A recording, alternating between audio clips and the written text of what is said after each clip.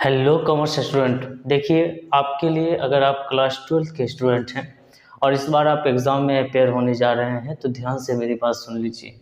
आपको अकाउंटेंसी के एग्ज़ाम में जो आपकी परीक्षा होनी है उसमें प्रैक्टिकल के साथ साथ थ्योरी का बहुत महत्व है। ठीक है, थ्योरी पढ़ने से क्या होते हैं, थ्योरी पढ़ने से आपको कुछ तो याद रहता है जिससे आप एग्ज़ाम में क्वेश्चन को अटेंड कर सको। प्रैक्टिकल भूल जाओगे तो थ्योरी लिख सकते हो। इसके अलावा थ्योरी पढ़ने के एक बहुत नायाब फ़ायदे ये है कि थ्योरी से आपका जो ऑब्जेक्टिव सेशन है वो भी क्लियर होगा। ठीक है, इसलिए हमने ई बुक तैयार किया है अकाउंट्स के थ्योरी के लिए, जो आपके लिए बहुत इम्पोर्टेंट है। और मैंने जो ई बुक तैयार किया है उसे आप डायरेक्ट परचेज कर सकते हैं हमारे डिस्क्रिप्शन बॉक्स में जो लिंक दिया हुआ है उससे। तो आपको करना कुछ नहीं है, सबसे पहले हमारे ई बुक को आप देखिए, उसका बुक रिव्यू अभी मैं करूँगा, आप उसे देख लीजिए अच्छे से। अगर आपको बेहतर लगता है और अगर हमारी लैंग्वेज बेहतर लगती है, हमने जो आंसर तैयार किया है सरल तरीके से वो आपको बेहतर लगती है तो आप इसे ज़रूर परचेज करें। और बहुत ही नाम मात्र का फ़ी है। ठीक है, आप सोच भी नहीं सकते हैं इतना कम फ़ी हमने रखा है। मैं चाहता ये हूँ कि हमारा जो वर्षों का जो हमारा कॉमर्स के क्षेत्र में जो मेहनत है उसका आपको फ़ायदा मिल सके। ठीक है, तो आप जाइए हमारे डिस्क्रिप्शन बॉक्स में, उस लिंक को क्लिक करिए और डायरेक्ट बाय नाउ पे क्लिक करके आप उस बुक को परचेज कर लीजिए और इसको अपनी तैयारी को बेहतर करिए। और मैं गारंटी देता हूँ कि हमारे इस ई बुक से आपको 100% फ़ायदा होगा और आपका एग्ज़ाम बहुत बेहतर बहुत बेहतर बहुत बेहतर होगा। ठीक है, तो आप अगर कॉमर्स के स्टूडेंट हैं, क्लास 12th में इस बार अपेयर होने जा रहे हैं या आपके घर में, आपके आस पड़ोस में कोई भी जो आप जिसके बारे में आपको लगता है कि उसको फ़ायदा पहुंचाया जा सकता है, तो आप इस वीडियो को अपने दोस्तों तक, ऐसे लोगों तक, ऐसे बच्चों तक ज़रूर शेयर कर दीजिए ताकि इसका फ़ायदा, इस ई बुक का फ़ायदा मिलता रहे। एक बात और मैं बता दूं कि अभी तक हमने ऑब्जेक्टिव के लिए ई बुक लॉन्च किया है। ऑब्जेक्टिव का ई बुक अवेलेबल है हमारा और बीएसटी जो आपका बिजनेस स्टडी है उसका ई बुक लॉन्च हो चुका है। ई बुक हमने प्रोवाइड कर दिया है, बहुत सारे बच्चों ने परचेज किया है और बहुत फ़ायदा हो रहा है उसे।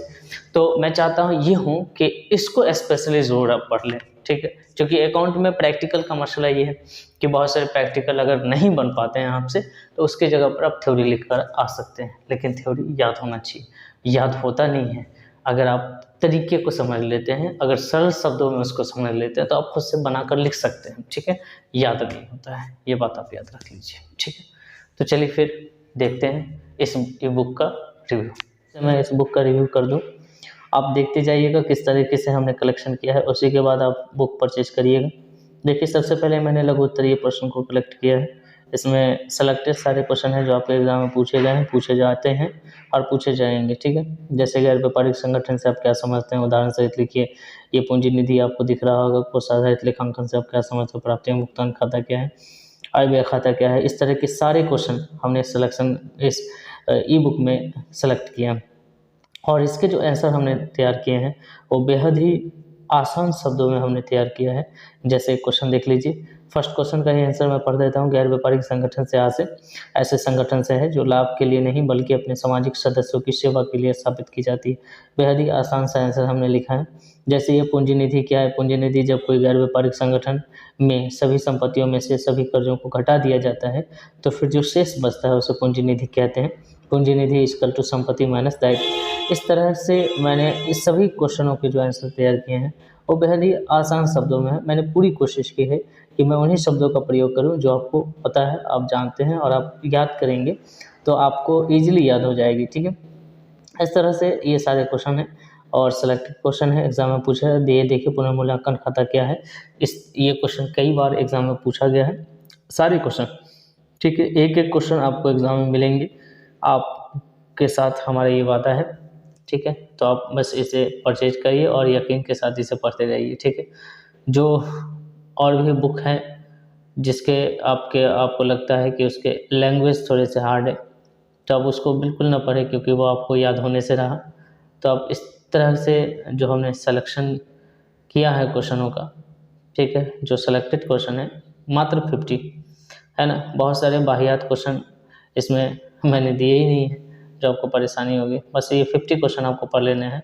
शॉर्ट क्वेश्चन में 50 क्वेश्चन हो गए और 22 क्वेश्चन लॉन्ग में हमने आपके लिए दिया है। जैसे गैर व्यापारिक संगठन से आप क्या समझते हैं, इसकी विशेषता लिखिए। इस तरह से 22 क्वेश्चन हमने लॉन्ग में रखा है, ठीक है। 22 फॉन्ट हमने बड़े रखे हैं, इसलिए 34 पेज में आया है। आप इसको जब प्रिंट आउट करवाएंगे तो आप एक पेज में डबल पेज करवा सकते हैं।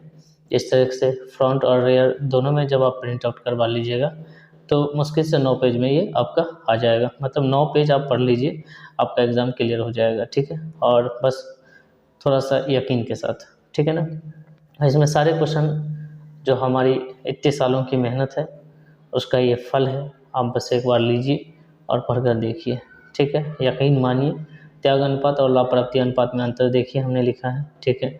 बहुत ही आसान है ये, बहुत ही आसानी से आप इसको याद कर सकते हैं, ठीक है। पढ़ लीजिएगा तो याद हो जाएगा। इसी तरह के सारे क्वेश्चन हैं जो आपके एग्ज़ाम में पूछे जाएंगे, ठीक है।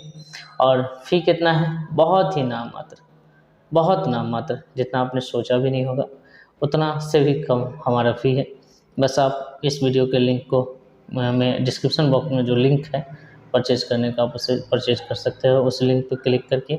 बाकी कोई भी समस्या आ जाए, जैसे इस क्वेश्चन को समझने में कोई समस्या आ जाए तो मुझे कॉल कर सकते हैं। मेरा ये नंबर है 725083 9170। आप मुझे इस नंबर पर कॉल कर सकते हैं। कॉल करके आप मुझसे क्वेश्चन भी समझ सकते हैं, कोई समस्या भी जो आपको समझने में दिक्कत आ रही है वो सारी चीज़ें समझ सकते हैं। पेमेंट से रिलेटेड कोई इशू आ रहा है या आपको ये बुक नहीं मिल पा रहा है तो आप मुझे कॉल कर सकते हैं, ठीक है। बुक कैसे जाएगा? जब आप पेमेंट करेंगे तो कम से कम ईमेल आईडी बहुत ज़रूरी है, ईमेल आईडी आप सही डालें, ठीक है। ईमेल आईडी आप जो आपके पास हो, जो ओपन हो, वो ईमेल आईडी आप बस डाल दीजिए। जैसे आप पेमेंट करेंगे डायरेक्ट ईमेल आईडी पर ये बुक आपको चला जाएगा, सेंड हो जाएगा ऑटोमेटिक, ठीक है। तो चलिए आपके रिव्यू का इंतज़ार करेंगे हम कि ये बुक आपको कितना आसान लगा, अच्छा लगा। जैसे क्वेश्चन देखिए, साझेदारों की गारंटी से आप क्या समझते हैं? जब किसी साझेदार को गारंटी दी जाती है तो इसका अर्थ यह होता है कि उसको तय की गई लाभ से कम किसी वर्ष नहीं दी जाएगी। यदि किसी प्रकार की कमी होती है तो उसे दूसरे साझेदार अपने लाभ के हिस्से में से पूरा करके देंगे। कितना आसान सामने इसका आंसर लिखा है। जैसे ये क्वेश्चन देखिए, साझेदारी के पुनर्गठन से आप क्या समझते हैं? जब किसी कारण से साझेदारों के वर्तमान समझौते में किसी प्रकार का बदलाव आता है तो उसे साझेदारी फॉर्म के पुनर्गठन कहते हैं, ठीक है। और निम्नलिखित परिस्थिति में इसका पुनर्गठन होता है। इस तरह से हमने आपके लिए आंसर तैयार किया है। तो चलिए मिलते हैं नेक्स्ट वीडियो में, तब तक पढ़ाई कंटिन्यू करते रहिए और इस बुक का फ़ायदा उठाते रहिए। Bye bye.